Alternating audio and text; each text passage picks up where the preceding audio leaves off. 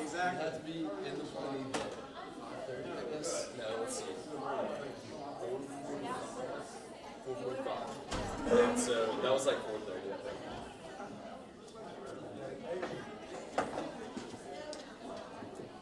60 degrees, that's still for Alabama.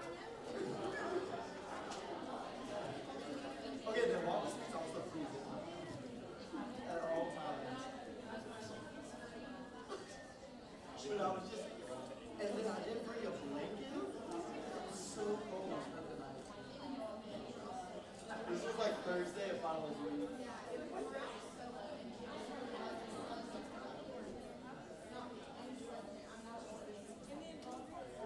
There were like 7 of us in there.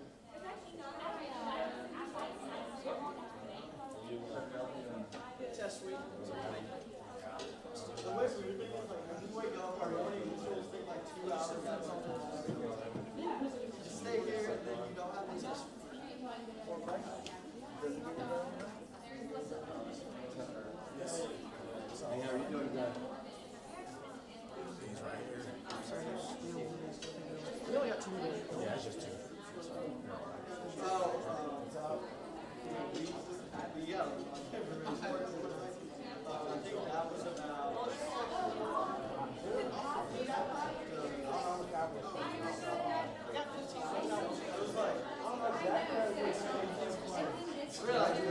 think that was about.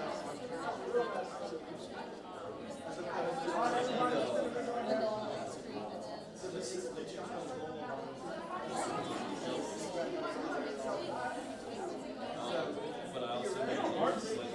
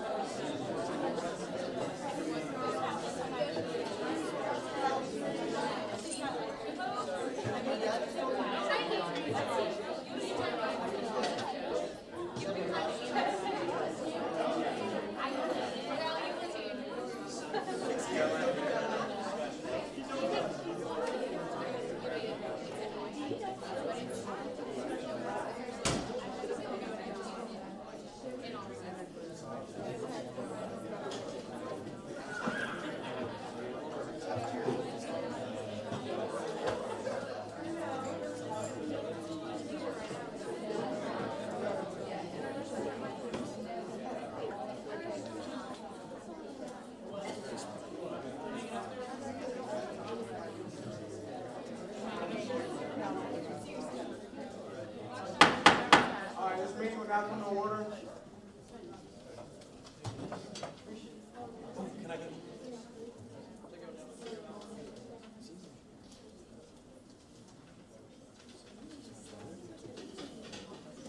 All right.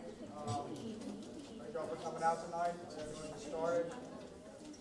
Anybody that utilize open forum? All right, open forum started.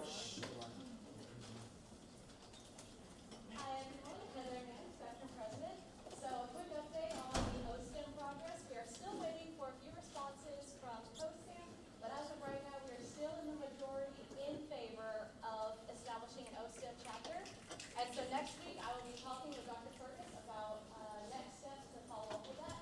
And speaking of COSAM,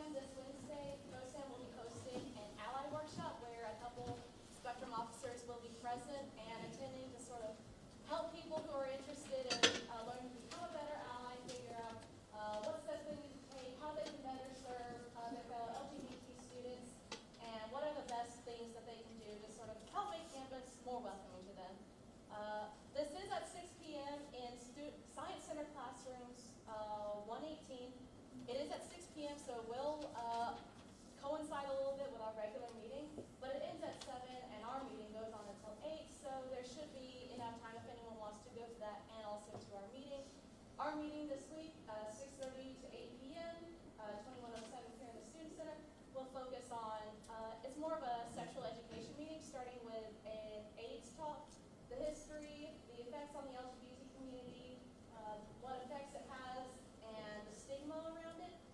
We'll be having a few speakers from, I believe, a local AIDS clinic, HIV clinic, and then after that there will be a few representatives from the Auburn Medical Clinic who will come and give us short Q&A session about safe sex practices, sexual health, any misconceptions that you may have been taught either by your family or by your school, because unfortunately public education doesn't give the best sex ed in Alabama. I think most of us have a bad experience with health teachers. And that's it for this week. Pretty short announcements.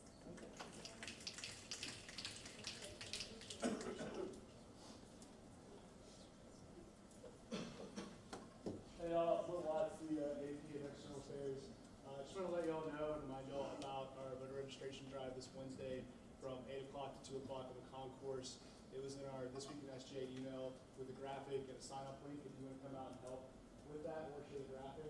But we'll be out there from 8 o'clock to 2 o'clock. Please tell any friends, any organizations you're partnered with, trying to get a really good push, and also experimenting with some of our new marketing strategies with a QR code that'll direct to our website, which is updated with some more relevant information pertaining to this year's upcoming elections, as well as more information for students from out of state. We're trying to figure out, I know we've had a lot of focus on getting people to register in Auburn using their Auburn address, but there is kind of a resistance a little bit with some people who do have the out-of-state driver's license, and it is a little more of a process. So trying to help them vote however they want to vote and wherever they want to vote. So please let anybody know. We'll be out there to come volunteer. The sign-up sheet will be in that This Week at SJ email, and those are thank you all. Anybody else like to utilize open forum? All right. That's it for open forum. So we're now moving to roll call. Senators, please click in for roll call this time. Press A.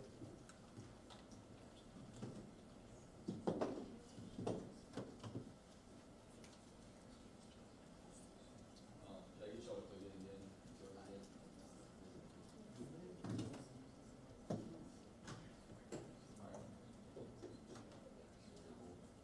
All right. So the minutes were sent out electronically. Were there any corrections that anyone saw that need to be made to the minutes?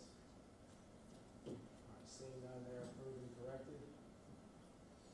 So now we will move into reports, starting with officers. Hey guys, so I have an exciting new initiative that we're going to share with y'all, or a new partnership. So earlier in the year when we were going over our executive goals and deciding what we wanted to finalize there, we identified as an executive goal to donate $100 towards food insecure students. So recently we have identified an opportunity to do so, and that will be a partnership with the Big Bama Food Drive and the Auburn Cares Office. The Auburn Cares Office houses the campus food pantry, and they also provide, not typically a scholarship, but like a meal allotment to students facing food insecurity. So we have, this year for the first time, Big Bama Food Drive will be able to give cans and give monetary donations to students on campus towards the campus food pantry. In the past, they've only been able to do the Lee County food pantry. So with that being said, what we have worked towards to start next week for the week of November 11th through the 15th is a Donate a Dollar campaign. So we will have in all the C-stores across campus, any transaction that you make, you'll be able to donate $1 on top of that to go towards these campus meal swipes. So what that looks like is every dollar will count for 2 pounds, and that will go to be counted to BBFD in the drive against Alabama. So that will be counted towards them, but it will also go towards creating a meal swipe for a student that's food insecure. So every dollar that you create will go to add to those meal swipes, which will add up to block meals. Does that make sense? I want to make sure you guys have understanding of it before we ask you guys to help us out a little bit. So with that being said, that's going to be next week, November 11th, again through the 15th, in C-stores across campus. And this will be the first time we're doing it, but it's going to be an annual partnership, so we're going to repeat it every year, and that way we'll have a little bit more of a competition with Alabama because they do the same thing. But we'll also be able to provide those meals to students on campus, get them in the dining halls, and just provide them the things that they need.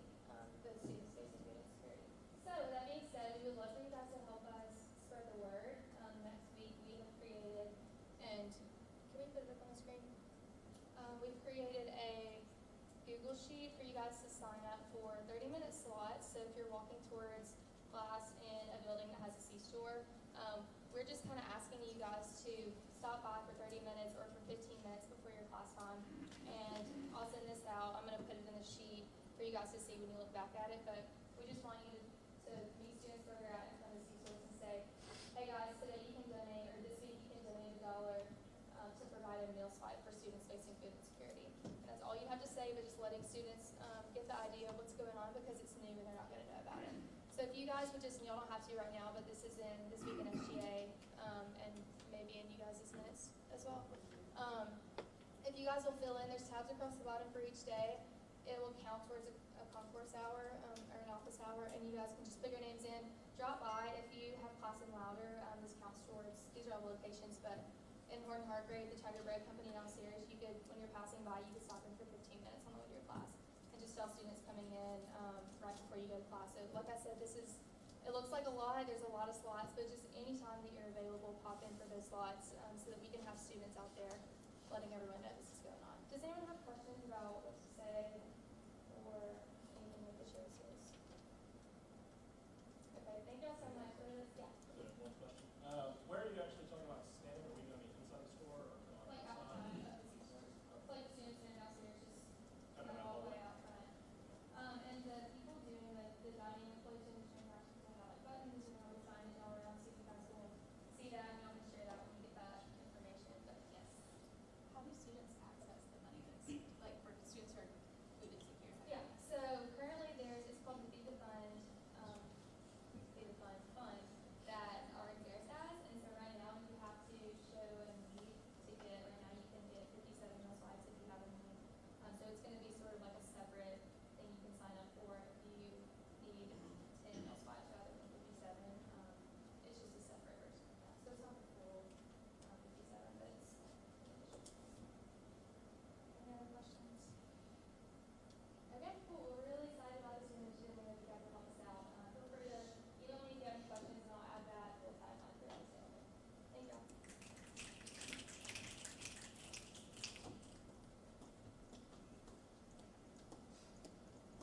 Hey guys, so I hope each of you enjoyed being back in Jared Fair last weekend. Thanks so much for that. So, would love to get some general athletics feedback. So, what do y'all have? Any feedback after being back to Jared Fair? About the game?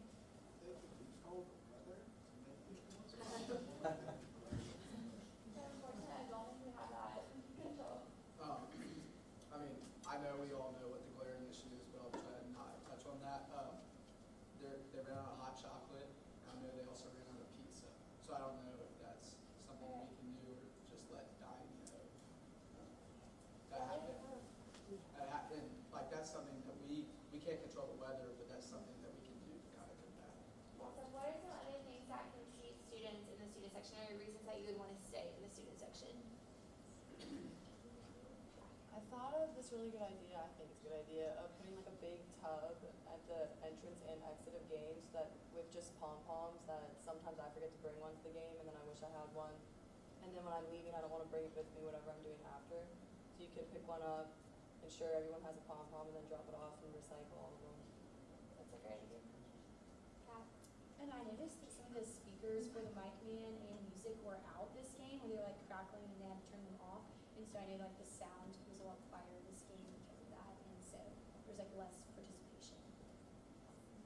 One thing that I observed, which is like not necessarily athletics, but I missed the entire second quarter waiting in line for the concession stand, so I think that could be like some influx, is like people were waiting in line so long, and by the time that they like got to the line, like it was just kind of a mess. So I'll say, when I went through the metal detectors, just in comparison to what I remembered from a month ago, those look to be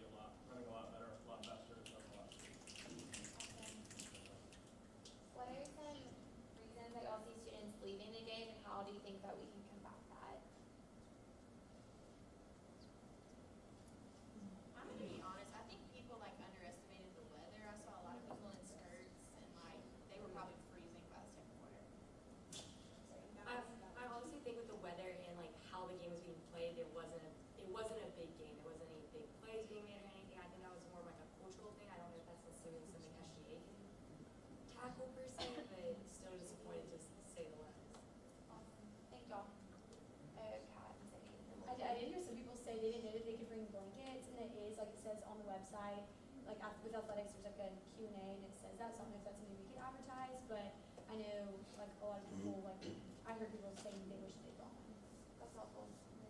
And just to speak on the word culture, I hate to say it, but our friends down the road in Bryant-Denny Stadium, there's a reason it's packed all 4 quarters, and it's not because it's necessarily an exciting game to watch. They win most of their games by double digits. It's not the most exciting thing, but they have a culture of staying for 4 because you play for 4.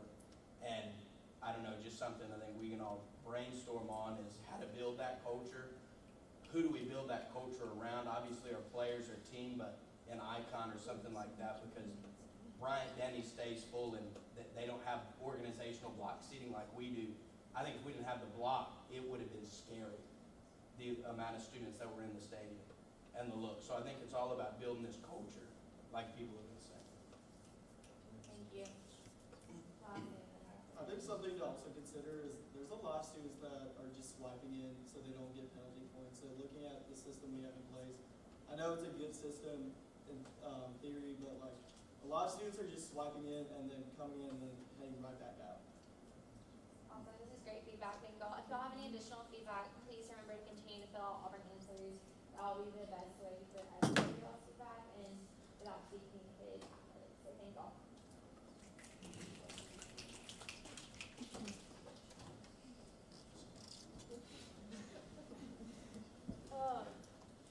Hey guys, so last month for October, we had the largest month of Auburn answer submissions ever. So that was super exciting, and that was due in part to you guys. Our largest submission was over 90 submissions for dining. So thank you again for that day that you guys spent. Like seriously, give yourself some snaps because that's awesome. We have 2 really awesome events coming up in the next 2 weeks. So next week we're going to be having a reverse housing town hall.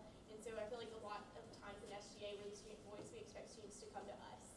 And so next week we're going to be doing the opposite, what you guys did in the dining Auburn Answers Day. We're going to be going to different residence halls and asking students how you feel about your dorm, what you want to change, what are some things you like, don't like, whatever it may be. We're partnering with housing and the RAs to do this, and so we're super excited. That sign-up sheet's going to be going out later this week, so we'd love to see you guys in the dorms because you guys will have to see all of them.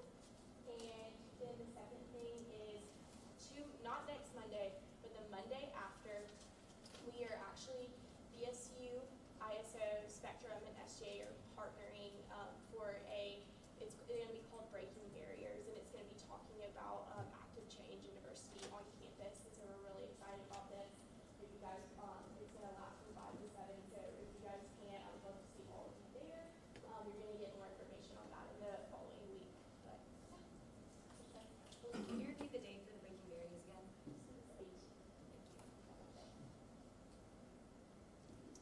Yes. Alright, not to put you on the spot or anything, but they're not dorms. Dorms are a place where you sleep, the residence halls. Yes, residence It's a halls. I'm community. sorry, I misspoke. You're good. Yes, thank you for that. Anything else? Okay. War Eagle. Want to offer some encouragement. Many of y'all were appointed to boards and committees this year, and y'all have been doing a great job. Here's an oriented, all of the appointed individuals on a new way that we were going to be doing that with the annual wall form. So thank you for everyone who's been utilizing that and been attending and actively engaged in those boards and committees. That's a really important way that we get to serve as senators and now as appointed members. So thank you for those of you who have already had member meetings. Those of you who haven't, stay engaged with the point person for those boards or committees. But also, if you are going, please continue to pass information along to senators that information would be impactful for, to the executive team, to the cabinet members who work with those areas. So please continue to circulate that information so we can make sure we're doing our best jobs of representing and being aware of potential student issues. I also want to echo what Julian was saying earlier about the donated dollar opportunity. So partnering with Student Affairs, with Auburn Cares, as well as the Family Food Drive, I think that this is going to hopefully go a long way in both raising awareness as well as raising funds to support the Food Family Fund. So as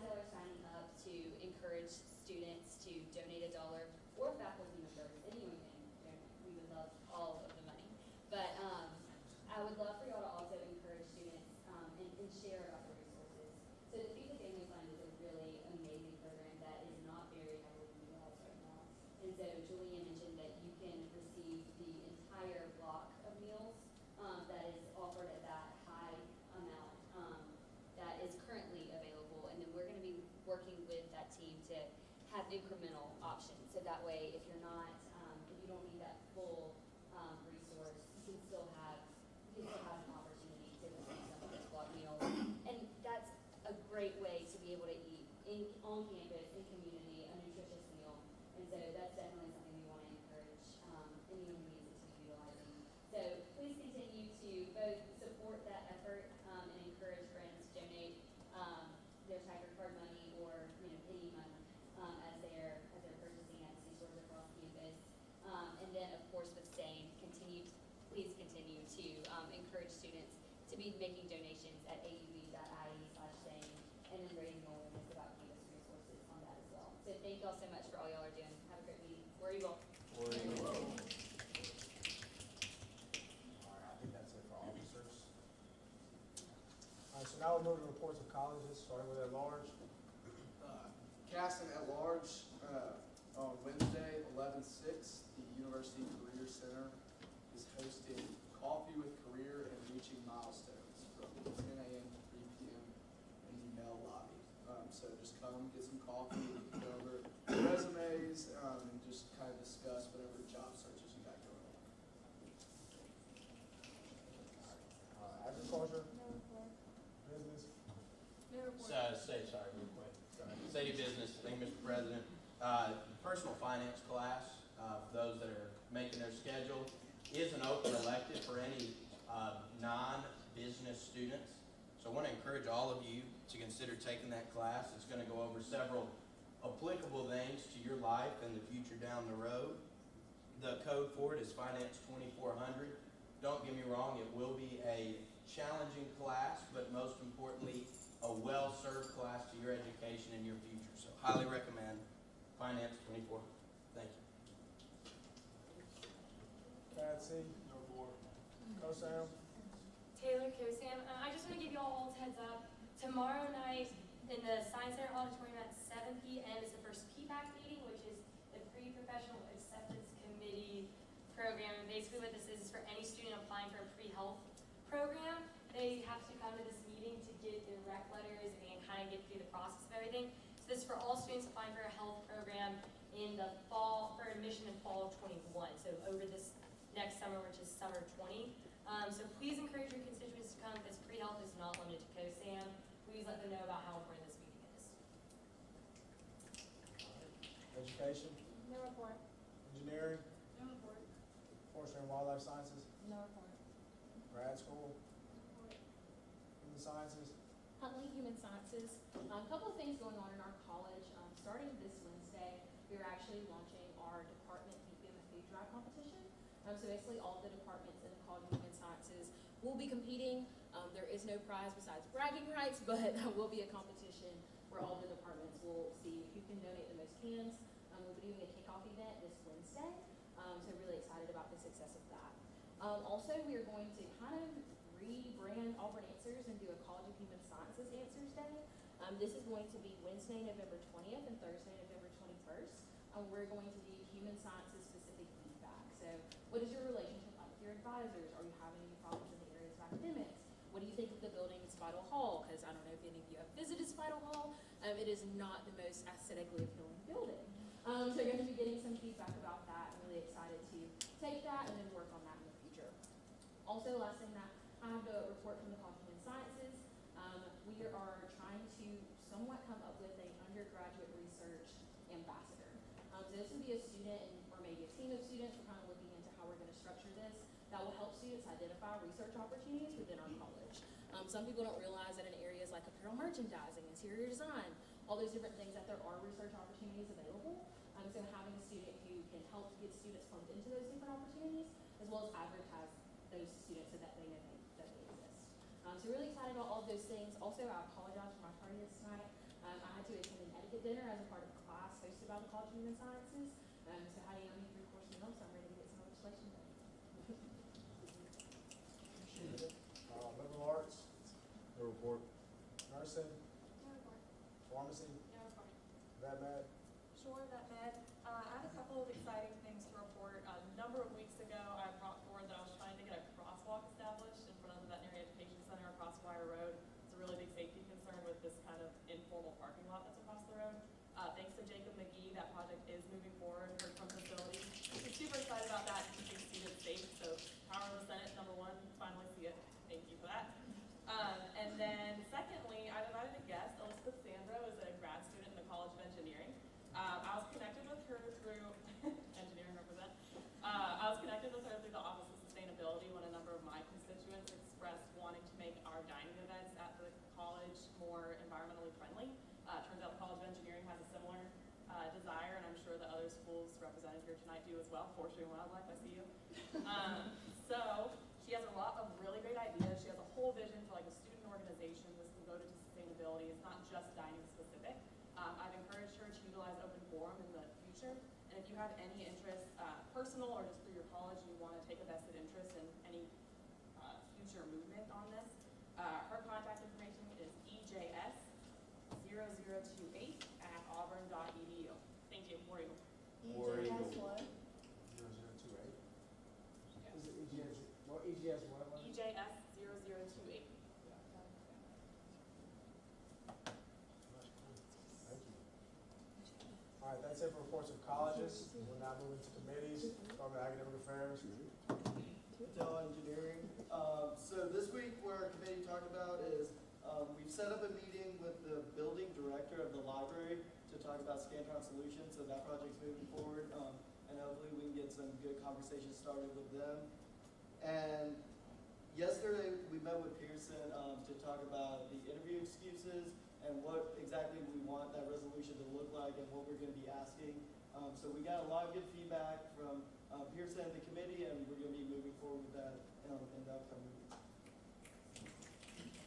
All right, Budget and Finance. City Business thing, Mr. President. Before I get into my Budget and Finance Committee, just to speak a little bit, I know it'd come up a little later, but I want to shout out to one of our liaisons with the Auburn Student Veterans Association, with Joe Jackson, and everything that Student Affairs did to help him. Instead of Jakari having to speak on what a lot of Student Affairs does, I'd like to recognize him and his committee and the Auburn Student Veterans Association for all the hard work, and the whole Student Senate for the POWMIH here. I was awesome to see this week. But into the BNF report, tonight you'll see several future orders of business within the carryover budget request. We'll go into great detail with those. In particular, with what our team is focusing on now, we're going to be hitting the code hard with the finance law. So that's all that's going on in the BNF report. Thank you. Code of laws. For liberal arts, tonight we have code education, so I'm devoting my time to Senator Willoughby.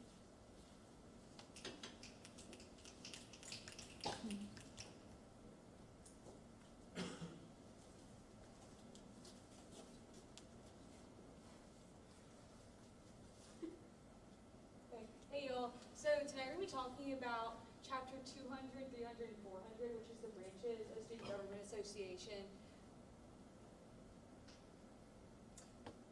So starting with the executive branch, it really just outlines first the responsibilities of the president. So after the president is in charge of appointing a lot of members to the Senate, the judicial branch, and any committees and boards that the university requests, and all those appointments the president makes has to be approved by 2/3 vote of the Student Senate. The president also sits on the President's Council of the Alabama Student Government Association with other presidents of public universities in Alabama. Next, in Chapter 201, it discusses the executive cabinet. As we know, those are like the 8 executive members, and it really doesn't outline here the elected officials being the treasurer and the vice president, but it does outline the appointments that they'll make to marketing, initiatives, outreach, and missing one. But you guys got the point. And all those members are held to the same standard that we are with the 2.5 cumulative GPA. They also must attend a summer term or work for Auburn over that summer going into their election. You must have been in school for at least 1 semester prior to cabinet interviews, and you cannot serve in more than one branch of the Student Government Association. That goes for all branches of the SGA, but it's first outlined here. Next, Chapter 202. So we have the outline of the executive officials. Again, it just like describes their responsibilities, which we mostly know. Oh, chief of staff that I was forgetting. And same with here. Next, it goes into the legislative branch, and all that's outlined here is Student Senate. It doesn't get into cabinet. And we know our officers within the Student Senate, and it describes their responsibilities a little bit more.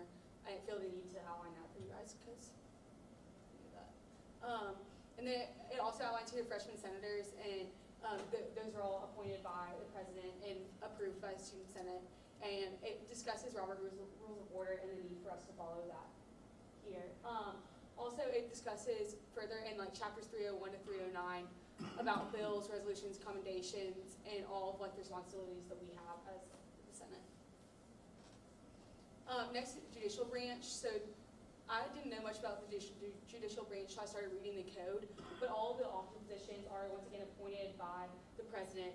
And basically, the judicial branch is in charge of hearing any formal complaints or any issues with chartered student organizations and student activity portfolios. And there is a timeline described in there. They have about 24 hours. They go through first hearing before they go to a full hearing with all the judicial branch. They're also held to the same standard that we are if they're sitting on a judicial branch with a 2.5 GPA. They also take the code test that we took and must get a 90% or above, just as we did, to ensure that they know the whole branch of student government.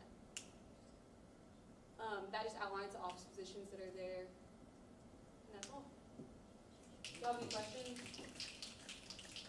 Hey, guys.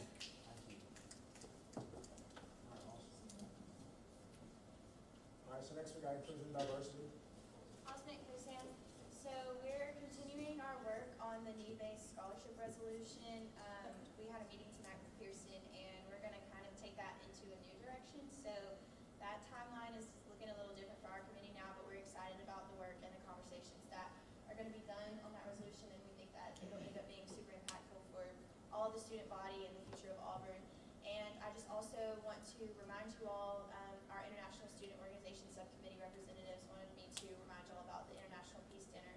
That's this Wednesday from 6 to 9 in the Student Act. So if you're free, make sure that you stop by. I've heard that it's one of the coolest events that take place here at Auburn. So hope to see you all there.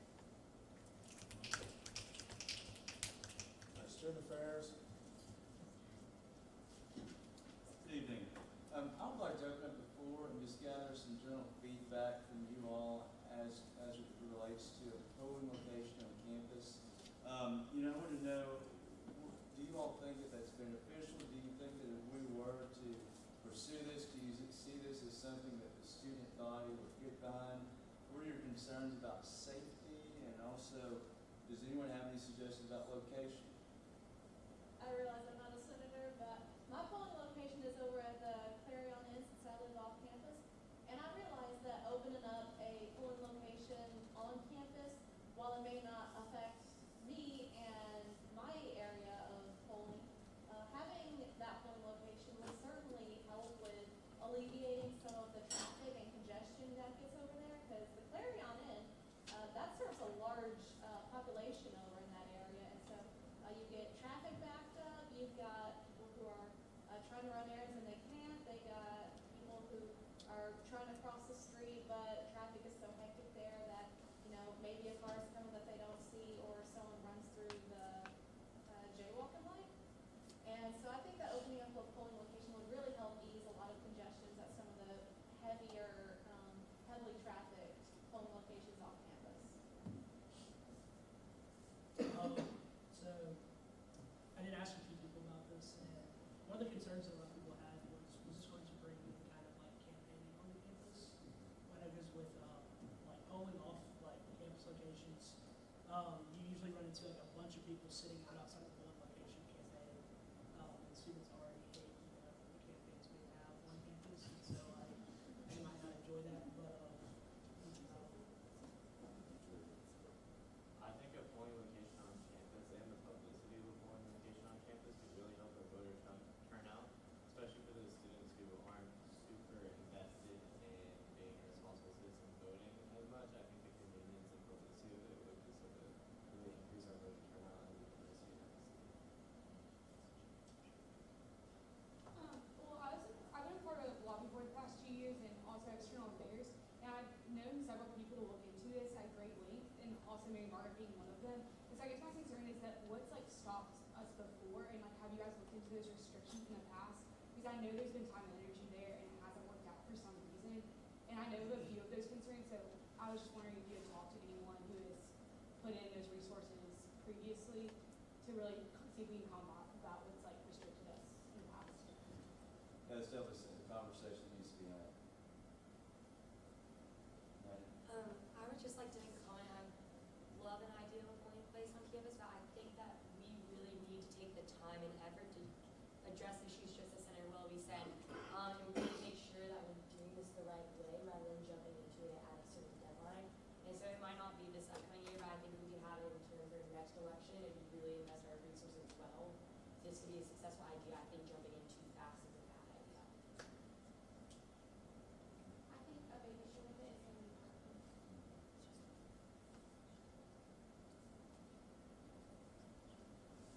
I think so like really help like people get a little closer to their culture and software, but knowing that their cars are 15 minutes away, it really makes it more of a hassle for them to go here than not to go because it's like they another hour process for them to do it. The only place that I can think of that would actually be able to handle the amount of people and of course like parking and stuff like that would be the Coliseum, because you don't want it to be like on like main campus, because then you have people that aren't students, because of course like this wouldn't be just a polling location for students. So you would want it to be to where it wouldn't disturb students going to class. They want like people in the concourse in general. You wouldn't want to have a whole bunch of that. So that would be one of those. I do like two more. Two other locations I could think of are the new Performing Arts Center, because that's by the hayfields over there. I know students park over there, but there's a lot of parking over there. And then also we just renovated the student act, so this could be useful for that as well.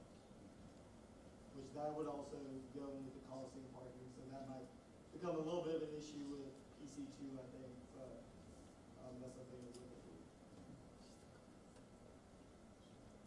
Just to clarify, from my understanding, if it were to be on campus, it would just be for the zip code students that live on campus.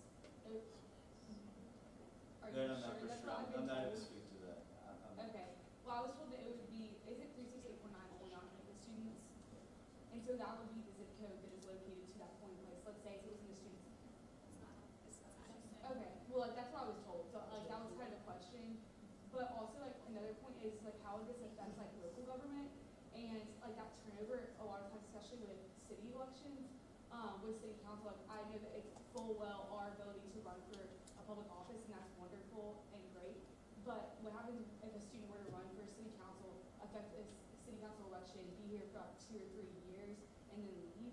And like I know that that's not like really like something that we can stop, but I think it is probably a concern for the city and the well-being of the city to put someone who's not fully knowledgeable in a seat, just as a restriction that's been faced in the past. No, well, I can't speak as to whether a student's more knowledgeable about what's going on in the city as opposed to, another ordinary citizen. I think that anybody that runs for office understands the commitment that comes with that and the duration of that term. So I would hope that they would have enough, I agree. It was just a point that's been brought up in the past. Thank you all. Feedback. McCarty? Yes. So I just have one comment. I was one of the ones who presented last week. And I just want to make sure that it's very clear, just to kind of point out a few things that were brought up. Right. First of all, no, this is not meant for just students who live on campus at all, because a polling location cannot serve just one particular group of people.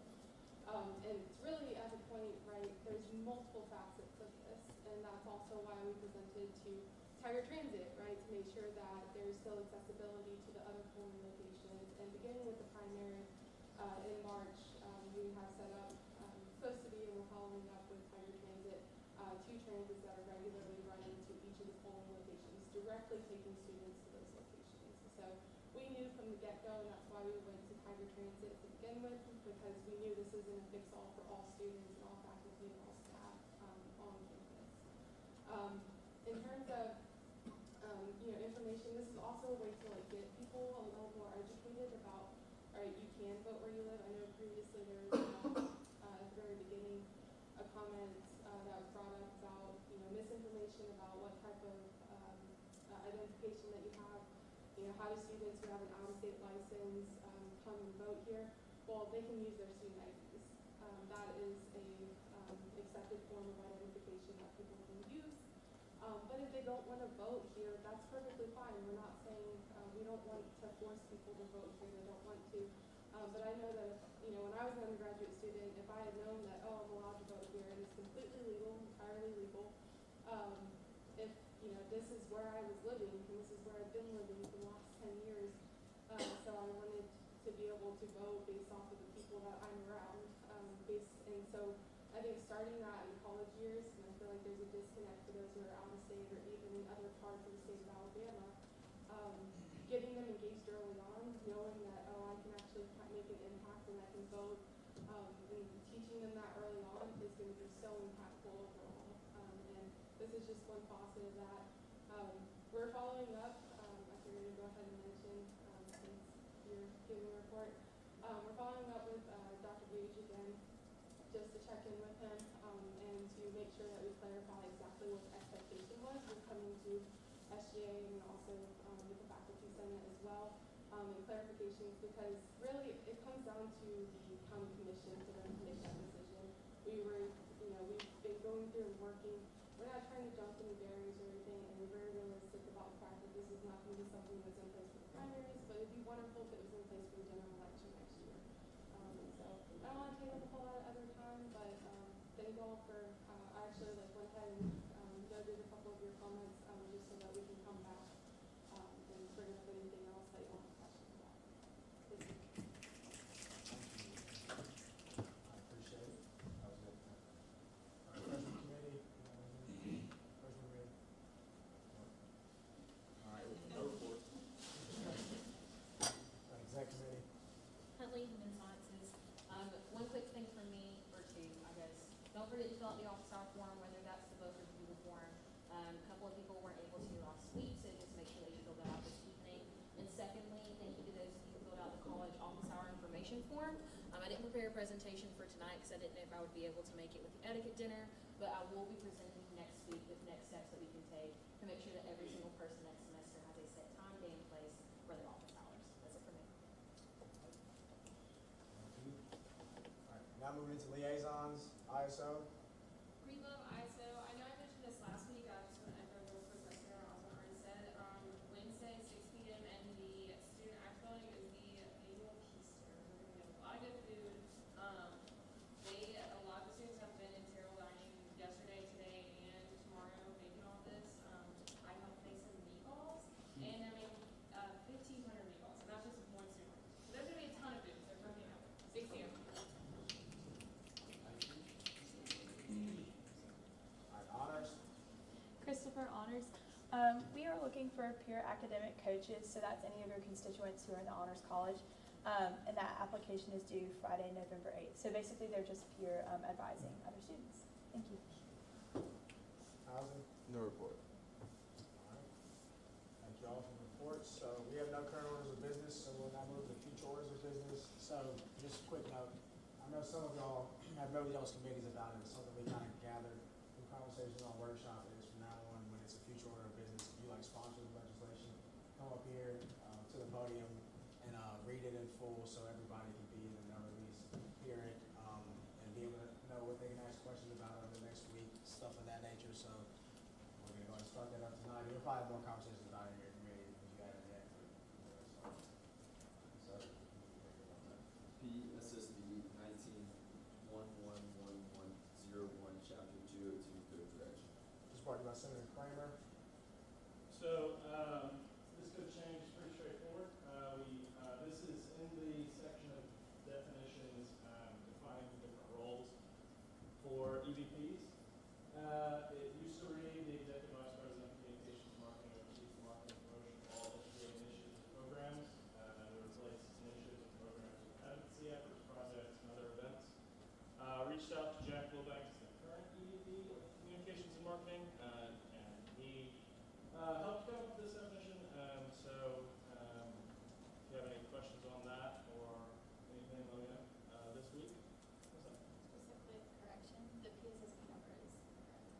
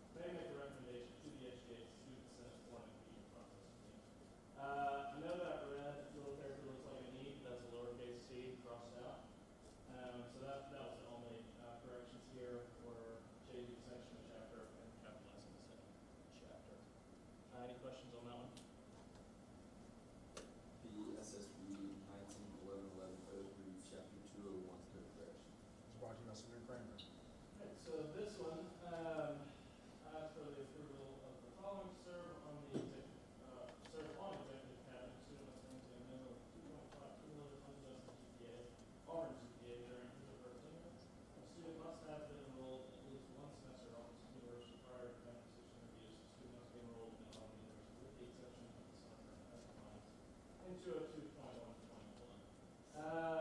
I remember correctly, this is the one where I think they just forgot the last one in red there. And so that was just correcting where we're referencing. Any questions on that? All right, let me know if anything comes up this week. Any of those get changed. Thank you. PSSD 19111104 emerged carryover budget request. It's brought to you by Senator Rutland.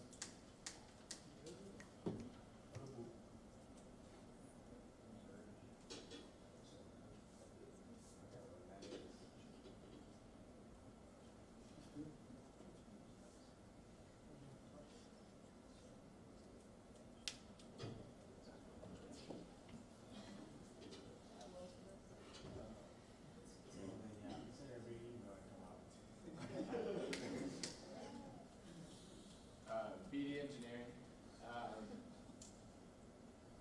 We have a whole mass of carryover budget requests coming in today, so I just want to hit them out real quick. As of October 1st, the fiscal year had ended, and we have our carryover request, which is basically organizations budgeted for this money last year. They spent it in the last fiscal year, and the transaction hasn't got through the Auburn system and through the banks and processed yet. So there it is, came to us with their explanation of their spending, and asked to carry it over into the next fiscal year with their money from last year, so that doesn't come out of their new budget, but rather comes out of their old one that they've done before. Merges is pretty simple. Next time Vimeo for storing videos, it was an annual charge that came in that late. And then Doomix and Cover supplies for tailgate that I had, I believe the Tulane game. Do you have any questions about this?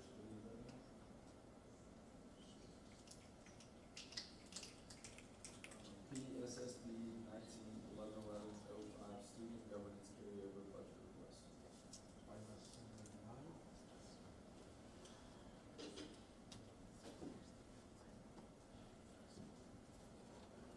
Hey everybody, how's it going? Don't want to get ahead of horse, so process is the same, just different group.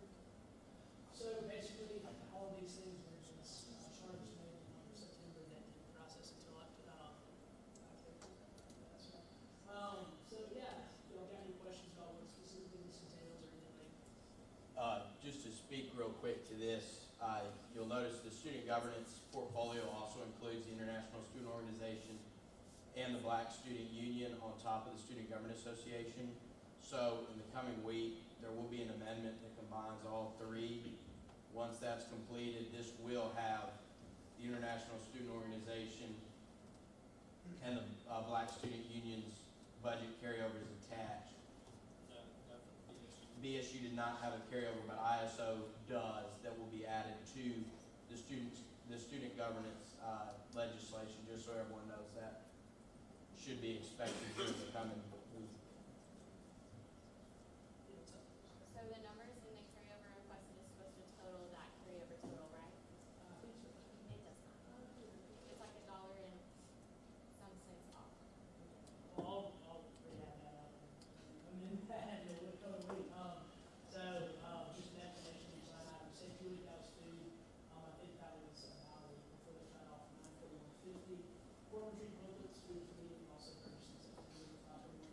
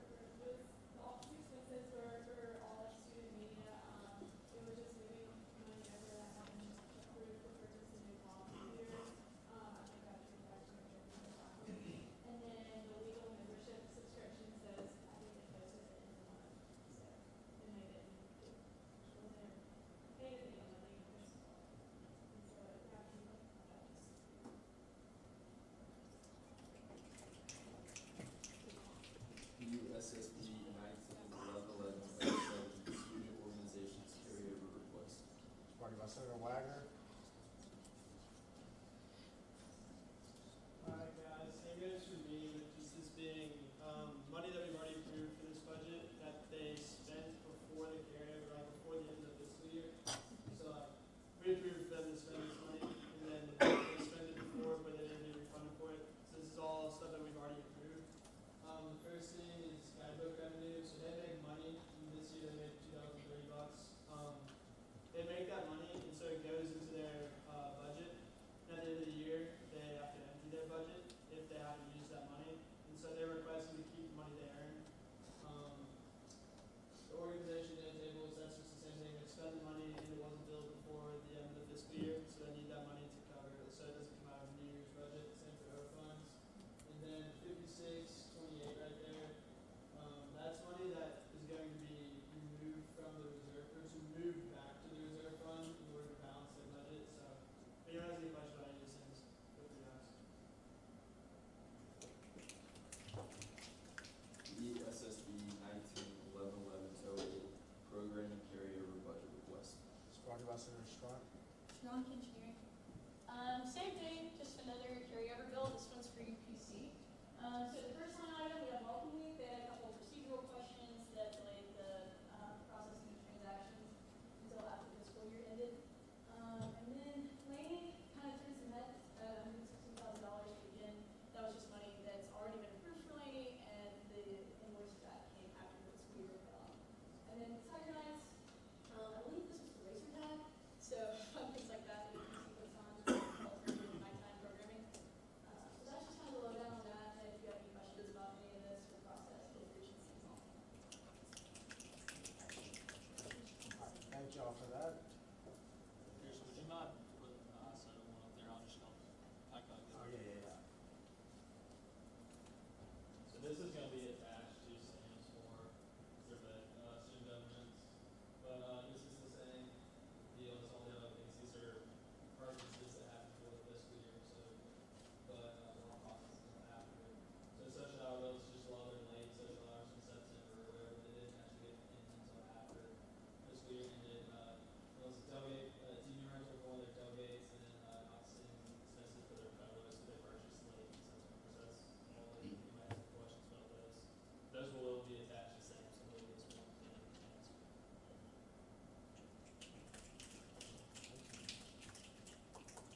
All right, I believe that's it for current or future orders of business. So we'll now move into announcements. So I got a couple things. One, I think it's been brought up. Again, thank you all for advocating for that chair of honor with student veterans and athletics. It went well. The ceremony was nice. It was awesome. I hope y'all were there to see it. But yeah, it's really good to see a lot of y'all's work coming to fruition. So appreciate that. Keep it up. Next thing, real quick, we're gonna take Miss Auburn nominations. So it has to be at least a junior. I believe been here for at least one semester. Like within Senate cabinet, we took it from cabinet already, the Senate cabinet and schools council. So does anybody have any nominations they would like to make? I nominate Sarah Jane Levine. Do you accept? Yes. Second. All right, who else? I nominate Uni Osmond. Do you accept?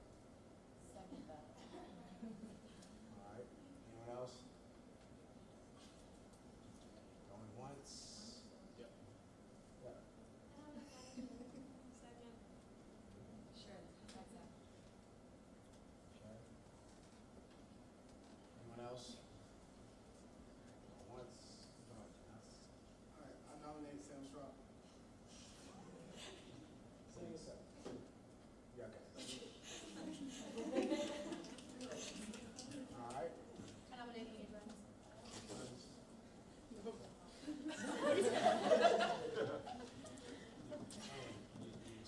No. No. All right. Anyone else? Hey, I nominate Molly. Monson.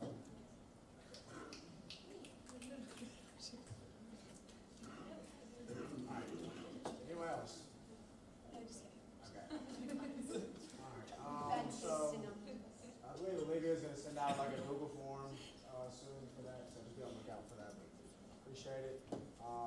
Next thing, annual report. So every year we give like at the end of our terms, we have like kind of a booklet, guideline, not guidelines, but of stuff that everyone's accomplished. So each committee, you'll have something that you have accomplished over the year. So if you could give me something, it's kind of more sort of the committee chairs and like brainstorming the committee, one thing or a couple things that y'all would like to be included in that annual report, and we'll kind of select from there. You can get that to me by November 22nd. Now, I know that's like early and we start a lot of stuff to get done, so if it's something that has not been completed yet, like something perspective that you think was happening by the end of the term, just let us know that too. We just want to get ideas so we can be proactive about it because previous years it may not have been. So, yeah, just get November 22nd is when Jack kind of wants to get that done. So the things you've done now and things that you plan on having done by the end of your term. So that's that for annual reports. Student Affairs Committee, after this, can you see me real quick? Had something first. I talked to you before, actually.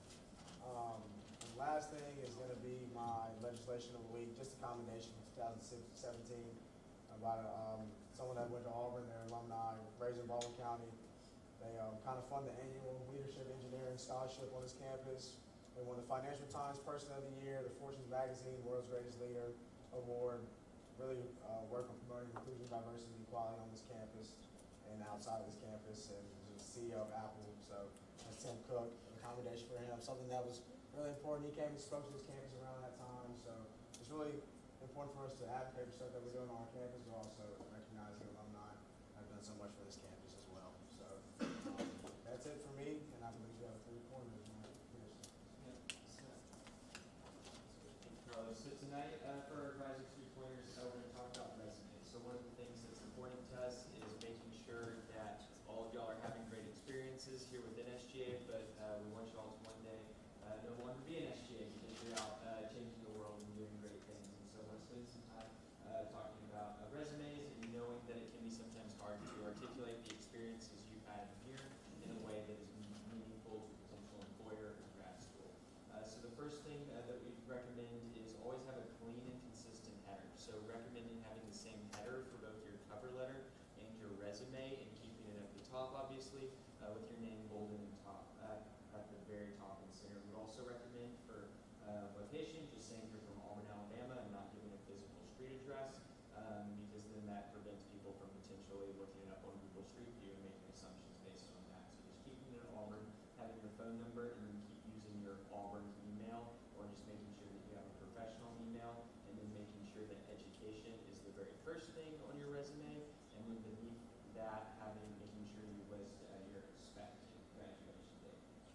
Second, quantify and explain everything. So you could say that you're a senator for the College of Education, you attended weekly Senate meetings, or you could spend some time building that out and talking about what you specifically did within your role, and it's talking and finding ways to quantify it. Remembering that there's a good chance they don't really understand what Student Senate is, and so taking the time to not just say that you were a part of it, but what were some things that you did, and trying to quantify it by the number of constituents as well as the amount of people within Student Senate. So always asking yourself, will they understand what this is, even if they weren't in this room?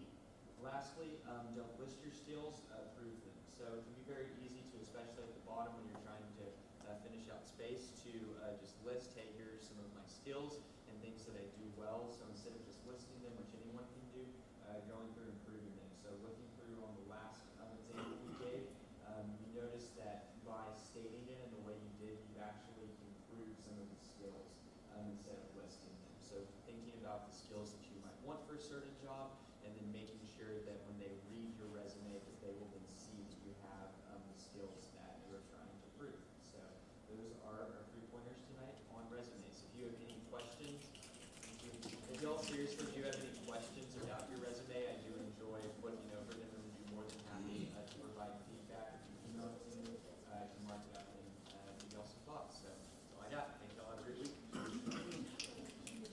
All right, everybody, so we're moving to adjournment, so everybody please click out.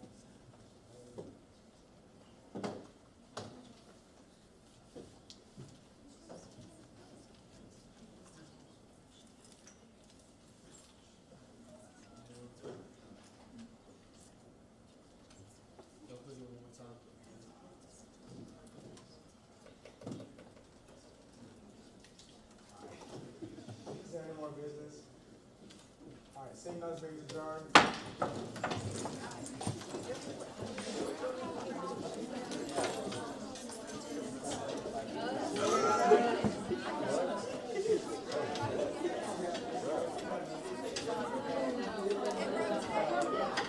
Just super casual.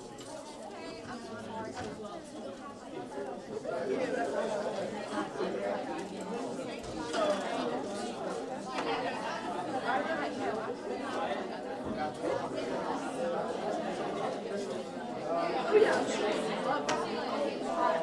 How could you not? You're gonna cut these out.